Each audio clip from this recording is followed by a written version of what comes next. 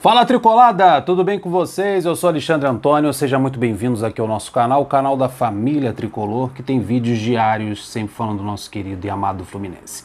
Esse vídeo aqui é de análise jogador a jogador da derrota do Fluminense contra o Bragantino por 2-1. Mas calma, tudo bem, estamos classificados R$2.700.000 na nossa conta pela classificação para as oitavas, pelo menos isso, porque a atuação em si, meu amigo, poucos se salvaram. O Fluminense jogou muito atrás, muito defensivamente, com o regulamento debaixo do braço. Jogou praticamente 90 minutos se defendendo, isso é muito ruim. Uma hora isso vai dar algum problema. E sem falar dos erros do nosso treinador na hora de substituir. Às vezes é melhor ter 3 substituições do que ter 5 e não saber o que fazer com elas. Então vamos analisar os jogadores, começando pelo Marcos Felipe, que na minha opinião foi o melhor em campo. Sem ele, sem essa atuação do Marcos Felipe, a vaca ia pro brejo com sininho e tudo. 2 grandes defesas no primeiro tempo, uma espetacular aos 20 minutos do segundo tempo, teve outras. Atuação muito boa do Marcos Felipe, nota 8 para ele. Samuel Xavier, muito preso à marcação, muito defensivamente a equipe tricolor, ele não passou da linha do meio de campo para a parte ofensiva, tentar alguma triangulação, ou ao dar o auxílio ao Caio Paulista, que jogou pelo aquele lado no primeiro tempo. Muito atrás, muito recuado, nota 6 para o Samuel Xavier. Manuel, fez um bom primeiro tempo, recebeu alguns elogios da minha parte, dizendo que ele está substituindo a altura, o Nino, mas no segundo tempo em que a bola começou a chegar com uma certa frequência, ele errou em alguns posicionamentos. 2 gols do Braga foram por mau posicionamento, não só dele, mas também do Lucas Claro. Por isso o Manuel vai receber uma nota 6 e o Lucas Claro também receberá uma nota 6, devido a esse mau posicionamento, principalmente nos gols do Bragantino. Egídio é a mesma situação lá do Samuel Xavier, muito defensivo, muito atrás, tem partida que realmente o Egídio não vai ao campo de ataque, e ele sabe fazer isso, ele sabe dar esse auxílio ao Gabriel Teixeira, mas não fez novamente nessa partida. E outra coisa, deu pichotada, deu furada. Seu Egídio, bota giz no taco aí, igual na sinuca, você bota um gizinho no taco, para você poder pegar na bola com certeira. Aí, mas o Egídio tá dando cada furada, cada vacilo que uma hora vai comprometer. Ou você tira o Egídio e coloca o menino Jefté, ou dá oportunidade pro Marlon, que voltou da Turquia, ou você vai sofrer em algum momento. Uma hora, senhor Egídio e Danilo Barcelos vai acabar comprometendo uma classificação do Fluminense. Anota isso que eu tô falando. Ou joga o Jefté, ou dá uma oportunidade pro Marlon novamente, ou ver a situação do Mascarenha lá no Sub-23, se ele tem condições clínicas ou não de ajudar a equipe principal. Nota 4 para o Egídio. Iago, meu amigo, é um cara sobrecarregado. Trabalha em 2 jornadas, deveria receber um salário em dobro. Marca, ajuda no apoio, sobe para tentar criar alguma coisa, faz função que não é para ele fazer, está em todos os setores do campo, é muito desgastado e é uma sobrecarga. Uma hora o músculo desse cara vai estourar e eu não sei o que vai fazer, o que vai acontecer com esse meio de campo do Fluminense, porque o Iago é o motor desse meio de campo. Nota 6 para o Iago, muito prejudicado pelo sistema tático defensivo, o Fluminense jogou praticamente 90 minutos se defendendo. E também assim, dessa forma que o Fluminense jogou, também acaba prejudicando o Martinelli. Muita marcação, muita correria, protegendo os nossos defensores, ele que faz essa função da defesa para o ataque, fazendo essa ligação da defesa para o pessoal do meio de campo, ele não conseguiu fazer. Principalmente pela postura defensiva do Fluminense, muito atrás, esperando para marcar na entrada da área. Isso aí compromete e sobrecarrega muito os volantes. É outro jogador, assim como o Iago, que uma hora o músculo não vai aguentar. Não há um revezamento, não há substituição. Martinelli e Iago jogaram contra o Bragantino os 90 minutos do jogo. Tem que botar a substituição. Utilizasse o Calegari na volância, utilizasse o Wellington, tem que dar um descanso, até para dar uma dinâmica e dar um respiro para o meio de campo que estava sofrendo somente marcando e correndo de um lado para o outro. E eles jogaram os 90 minutos, o Roger tem que avaliar isso aí. Uma hora vai dar problema. Nota 6 para o Iago, nota 6 para o Martinelli. Aí a gente chega no Nenê. Nenê é aquele sistema, amigos. Joga mal posicionado. O setor dele, que é para ele resolver a questão que é ali no meio de campo, que era para ele estar, ele não aparece. Aparece lá na ponta esquerda, ocupando o setor de um outro jogador, ou na ponta direita. Daí você vê o treinador na coletiva elogiando que o Nenê se movimenta, que corre para um lado e do outro. Ele corre para um lado de outro, se movimenta, mas aonde que ele deve estar, que é no meio de campo, abastecendo o Fred, que não recebe bola, E fazendo o jogo girar, a bola girar, ele não se encontra, porque está dispersivo durante o jogo. Aí ele mete um golaço, como fez um golaço de falta na gaveta, o melhor em jogo, é o melhor da partida, segundo a imprensa especializada. Aí não dá, tem que botar na balança.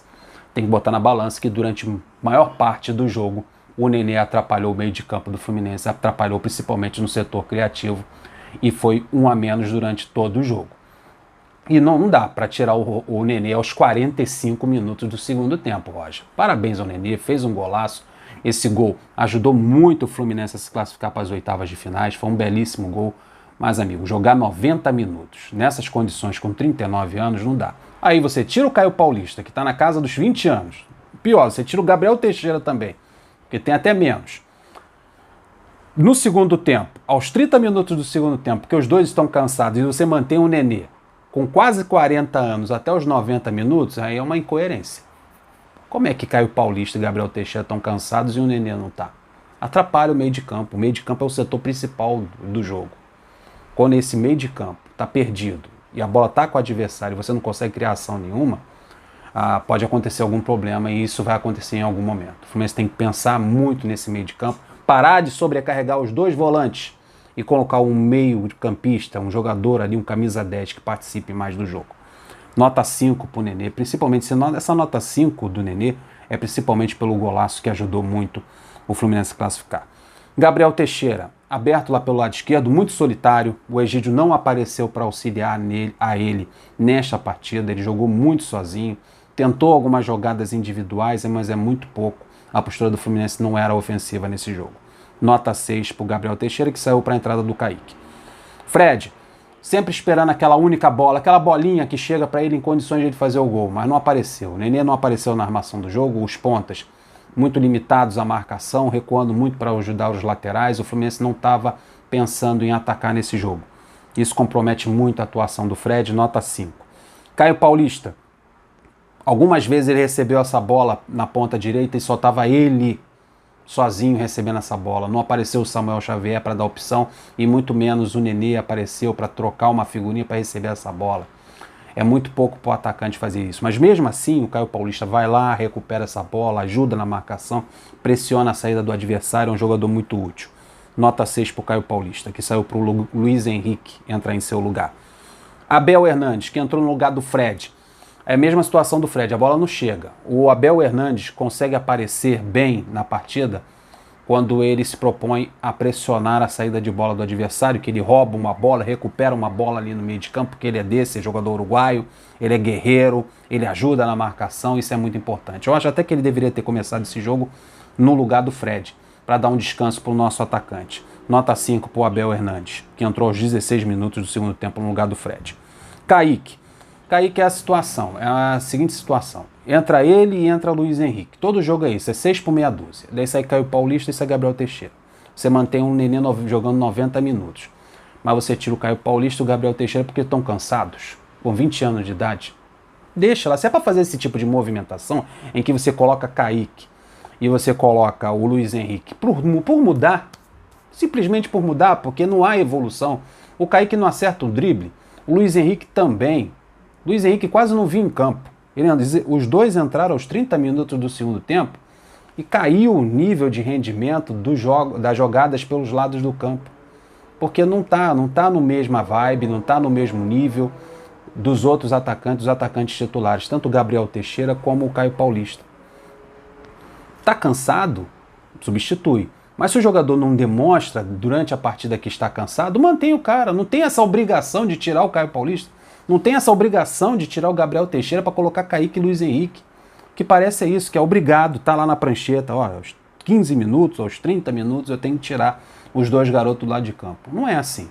Substituição é para você fazer para melhorar a equipe e não para piorar. E é isso que está acontecendo com o Roger Machado. Ele está colocando os jogadores no segundo tempo e piorando a atuação da equipe. A equipe não consegue evoluir com a substituição que estão sendo feitas. Kaique muito mal, não acerta um drible, não acerta um contra um. Quando ele parte para cima do lateral e perde essa bola, o Luiz Henrique também muito avoado durante o tempo que está dentro de campo. Nota 3 para o Kaique, nota 3 para o Luiz Henrique. Sem falar do David Braz, que entrou aos 45 minutos do segundo tempo no lugar do Nenê. Ninguém entendeu esse tipo de substituição, e você tendo o Ganso no meio de campo, que poderia entrar e dar cadência para esse jogo. Fazer essa bola girar, comer tempo, porque ele é um jogador mais lento, um jogador mais inteligente, fazer esse meio de campo, trocar passe. Ele não fez isso, poderia muito bem ter colocado o Ganso. O próprio Roger não fez uma das substituições, só fez 4. Tem 5 substituições e não sabe o que fazer com essas 5. Aí coloca o David Braz no meio de campo, no lugar do Nenê. Para quê? Para se defender, para segurar um resultado. Se o Braga faz um gol, vai para os pênaltis. Complicado, hein? Sem nota aí pro David Braz. Aí a gente chega no Roger. Eu vou citar as coisas que eu já falei. Tirar o Nenê aos 90 minutos, só porque fez um golaço. Show, obrigado, Nenê. Belíssimo gol. Mas não pode jogar 90 minutos. O Fluminense precisava de meio de campo, precisava fazer essa bola rolar, precisava fazer esse meio de campo funcionar, trocar bola, ter a posse de bola. Aí ele vai e me coloca David Braz. E mantém o Nenê com 90 minutos de jogo. Daí pega os garotos, novinho, na flor da idade, e substitui. Faz 6 por meia dúzia. Aí não é complicado, né? Pra que tirar os garotos? Substituições sempre repetitivas. Jogou desde o primeiro minuto com o regulamento debaixo do braço. Não era para ter esse tipo de postura. Era para ter uma postura mais ofensiva, com linhas mais altas, fazer o resultado. E quase comprometeu. O Bragantino ficou por um gol para levar a disputa para os pênaltis. Muito mal o Roger nesta noite. Mas graças a Deus o Fluminense está classificado. Vou dar uma nota 2 para o Roger, tá? Com muito esforço e muita boa vontade. Estamos classificados, 2.700.000 na conta. Vamos para as oitavas de finais. O Fluminense precisa corrigir seriamente esse problema no segundo tempo na hora das substituições. Substituições, meus amigos, é para melhorar a equipe. É para jogar taticamente, não é por fazer. Tira um ponta, bota outro, isso é muito complicado. Mas estamos classificados, estamos nas oitavas de finais, vamos ver que a gente vai pegar na próxima fase aí da Copa do Brasil. Peço encarecidamente que você deixe aquele like maneiríssimo e se inscreva aqui no nosso canal e compartilhe nossos vídeos com seus amigos. Até a próxima. Flui!